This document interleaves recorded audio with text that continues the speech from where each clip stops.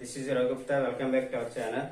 మన ఛానల్లో ఇంటర్మీడియట్ కి సంబంధించిన మ్యాథ్స్ 1A 1B 2A 2Bకి సంబంధించిన టాపిక్స్ అన్ని మన ఛానల్లో అప్లోడ్ చేయడం జరిగింది.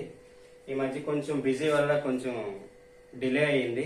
ఇక నుంచి మళ్ళీ కంటిన్యూస్ గా మన వీడియోస్ అన్ని అప్లోడ్ అవుతాయి. రిమైనింగ్ ఏవైతే ఆల్రెడీ చేసినవి కాకుండా రిమైనింగ్ ఉండిపోయి అవన్నీ కంటిన్యూ చేస్తాం.